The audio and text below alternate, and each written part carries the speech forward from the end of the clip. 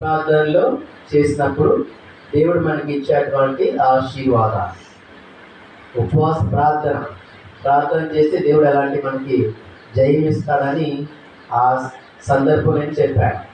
ప్రార్థన విజయాలు గుర్తుపెట్టుకోవాలి. వాక్యం దేవుడి సేవకు ఎప్పుడు చెప్పినా కూడా ఆ వాక్యాన్ని మనం ధ్యానించాలి. ఈరోజు చెప్పబోయే అంశం ఏంటంటే మంచి సాక్ష్యం. ఏంటది? మంచి సాక్ష్యం. మంచి సాక్ష్యం మనం కలిగి ఉండాలి. మంచి సాక్ష్యం కలిగి ఉంటే దేవుడు నాకు చదువు లేదు కదా, లేకపోతే నేను మూఢామని కదా అని దేవుడికి అలాంటి పార్షియాలిటీ పక్షపాతం ఏమీ లేదు. అన్నామణి ఏమో చదువుకుందా? అన్నామణిని చదువుకోలేదు, కానీ దేవుడు గొప్పగా ఆమె విశ్వాసంలో బలపరిచాడు. కాబట్టి మనము ముందు మంచి సాక్ష్యం అనేది మనకు ఉండాలి. సాక్ష్యం అంటే దేవుడు ఎలాంటి వాడైనా గొప్పగా వాడుకుంటాడు, దేవుడి పనిలో వాడుకుంటాడు. రెండు విషయాలు మనం నేర్చుకుందాం దీంట్లో. మంచి సాక్ష్యం మనం కలిగి ఉన్నప్పుడు నేను దేవుని సువార్తను ప్రకటిస్తాను. ఏం చేస్తాం? మనము సువార్తను ప్రకటిస్తాను. చెప్పడంలో నేను సువార్తను ప్రకటిస్తాను. ఎప్పుడు? మంచి సాక్ష్యం ఉన్నప్పుడు. రెండవదిగా మంచి సాక్ష్యం మనం కలిగి ఉన్నప్పుడు ఆత్మలను రక్షిస్తాం. రెండవది ఆత్మల రక్షణ. ఒకటేమో సువార్తను ప్రకటిస్తాము, రెండవది ఆత్మను రక్షిస్తాం. ఎప్పుడు? మంచి సాక్ష్యము కలిగి ఉన్నప్పుడు. సాక్ష్యం మనం ఉండాలి. అట్లా భక్తులు మనం చూసినట్లయితే ఇక్కడ మనము పౌలు గారిని మనం చూస్తాం. పౌలు గారి సాక్ష్యం ఏంటి?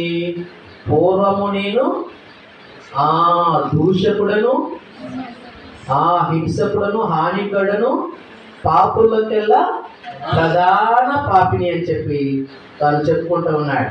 చూడండి, మనము పాపులమే, పుట్టుకతో పాపులమే.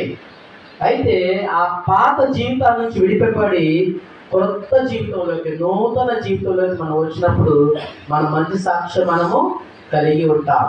క్రీస్తునందు నూతన సృష్టిగా మార్చబడాలి. దేవుడి స్తోత్రం చెప్పండి. హల్లెలూయా.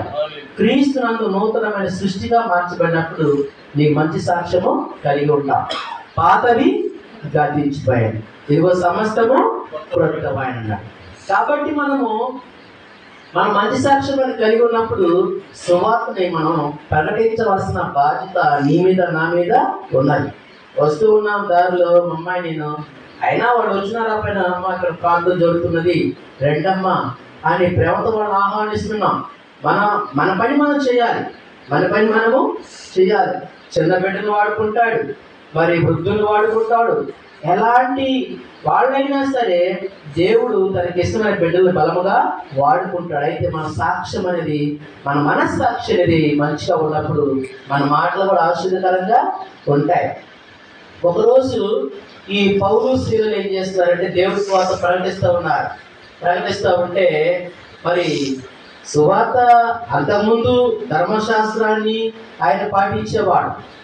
అంతకుముందు నేను చెప్పిందే కరెక్ట్, నా మాటలే కరెక్ట్, నా వేదమే కరెక్ట్ అని ప్రభు నమ్ముకున్న బిడ్డలు బాగా చిత్రహింసకు గురి చేస్తూ ఉండేవాడు. ఎవరు? పౌలు. ఆయన సౌలుగా ఉన్నప్పుడు. అయితే ప్రభు కృపను బట్టి ప్రభు ఆయన దర్శించి ఇప్పుడు ఆయన ప్రభు వాడుకుంటున్నాడు. సరే, ఒక దినాన సువార్త ప్రకటిస్తూ ఉంటే వాళ్ళు ఏం చేశారు? ఈయన పట్టుకొని చెరసాలలో వేశారు. ఎవరిని? పౌల్ని, ఇద్దరిని చెరసాలలో వేశారు. చెరసాలలో వేస్తే వాళ్ళు ఏం చేస్తున్నారు? చెరసాలలో ఉండి పాటలు పాడుతూ దేవుడికి ప్రార్థన చేస్తూ ఉన్నారట. దేవుడి స్తోత్రం చెప్పండి. హల్లెలూయా. పాటలు పాడుతున్నారు, దేవునికి స్తోత్రము చెప్తూ ఉన్నారు.